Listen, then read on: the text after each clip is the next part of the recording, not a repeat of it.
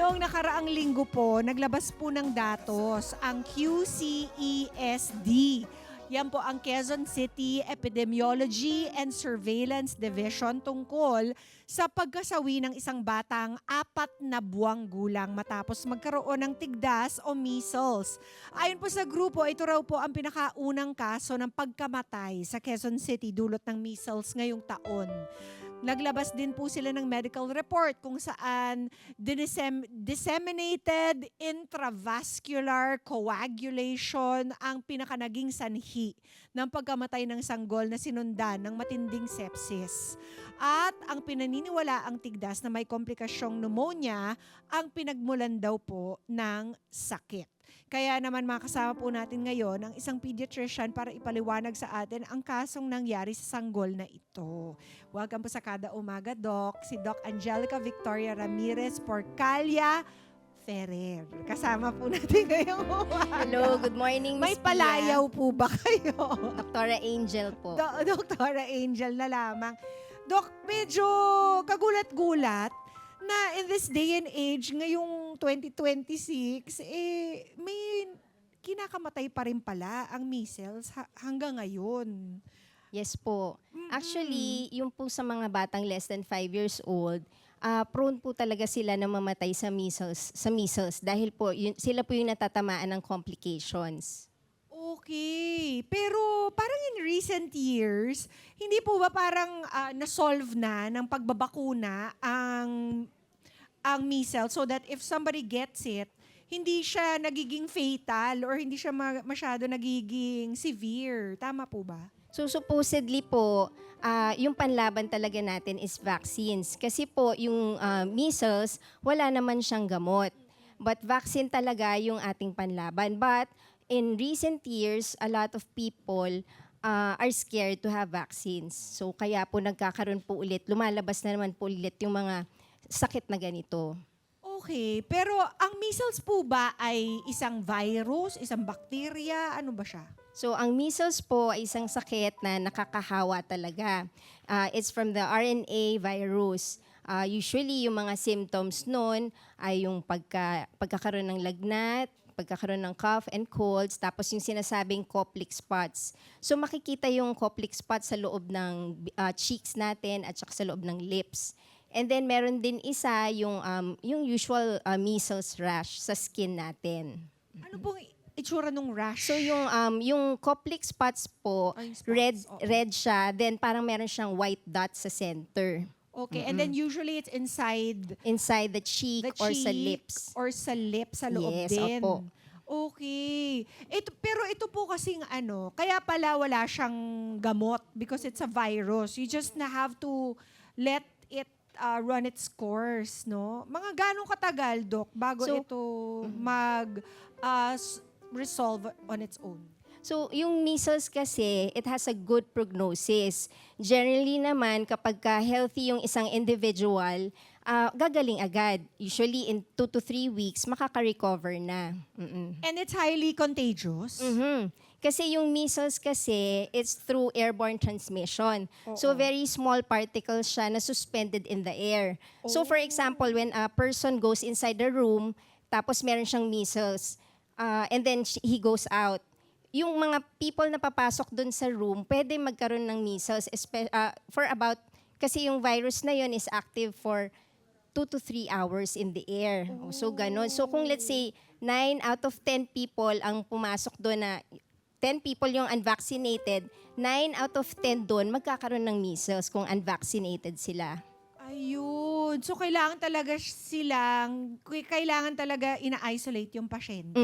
Para hindi po mahawa yung ibang tao. Okay. In the case po of mga babies, kailan po ba sila binabakunahan usually against measles? So yung measles vaccine natin is included in the combination vaccine which is MMR, measles, mumps, and rubella. So usually it's given at 9 to 12 months, yun yung first dose, and then at 12 months to 15 months, yun yung second dose. So, So yung ibang kids na below 9 months, wala pa silang vaccine nito. So, in this particular case, kaya naman pala, the baby was susceptible to measles is because 4 months old lang siya. Yes, opo. Ayun. So, ano dapat yung maaring gawin ng isang nanay na hindi pa kumpleto ang bakuna ng kanyang sanggol para maiwasan ito? So kasi ang ano talaga niyan, since wala namang gamot yung measles, vaccine talaga plays a big role. For yung mga parents na plan naman talaga nilang mag-anak, kailangan yung mom complete na siya ng mga vaccines niya even before magkaroon siya ng baby or even before na magbuntis siya. She gets pregnant. So, bago siya, before she plans to get pregnant, dapat i-check muna kung ano yung Yes, mga yung kanyang- vaccines na kailangan niyang i-retouch. Ganun po ba yun? Yes po. Kasi hindi pala yan panghabang buhay. Ay, hindi. Oo. Yung ibinibigay sa amin na MMR ba yun? As you said, hindi yan panghabang buhay. Kailangan yan i-retouch. Well, ano po siya, kung nabigyan ka ng 2 doses ng MMR, 98 to 99% hindi ka na mahawa sa measles. But since yung ibang tao nga po hindi nagpapabakuna hanggang tumanda na sila, yun po, susceptible sila sa measles, pati yung mga anak po nila. Ayun. Bakit po, Dok, nagiging commonplace yung mga nanay na ayaw pa bakuna ng kanilang mga anak or mga grown-ups na takot talaga sa bakuna from the get-go?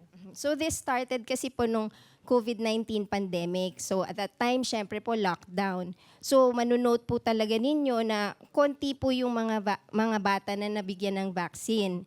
And then after that po, yung mga parents, medyo naging aware na nga tayo sa social media. So nandun na yung takot kasi marami pong fake news sa social media. Tungkol sa...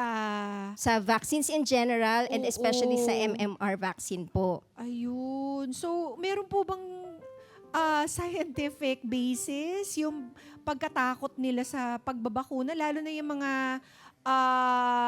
tried and tested vaccines from many decades ago? Meron po bang update na nagsasabing ito'y mapanganib or delikado? Well, with regards to MMR vaccine, medyo kasi nagkaroon ng news na associated with developmental disorders. And syempre yung parang nagkakaroon ng, yung may mga egg allergies, pwedeng lumubha.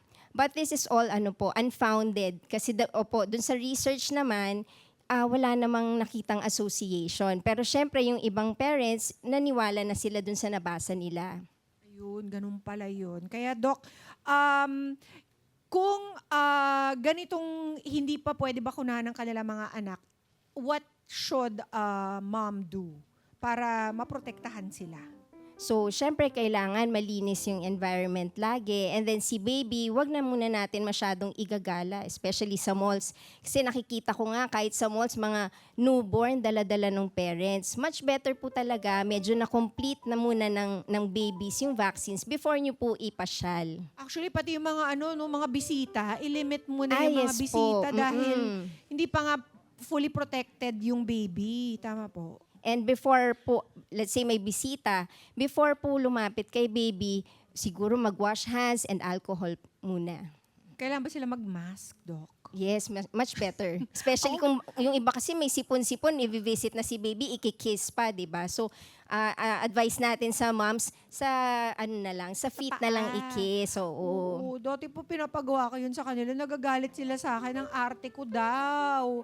Pinoprotektahan ko lang Hindi, naman good yung practice anak po ko. yun, Miss Pia. Diba? So, in the case po of this baby, ano po yung ikinamatay daw niya ay disseminated intravascular coagulation.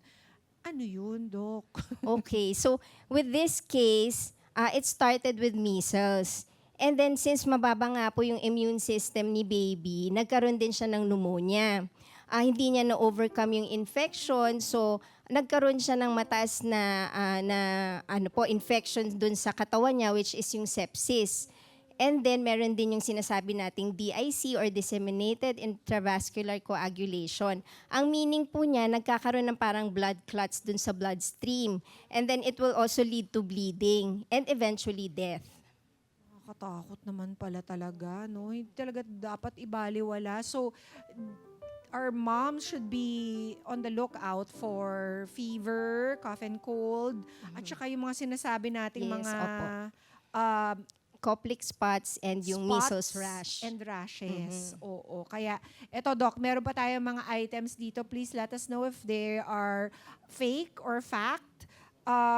Hindi daw magkakaroon ng tigdas ang taong sagana sa pag-inom ng vitamins at pag-ehersisyo. Fake or fact, Doc? Okay, so it's a fake. Yes.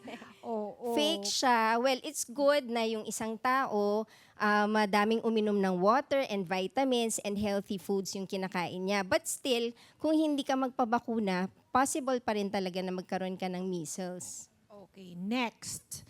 Ang pagtapik sa balat at paglalagay ng pulbo ay nakakatulong para hindi kumalat ang tigdas sa buong katawan. Fake or fact, Doc? So it's still fake.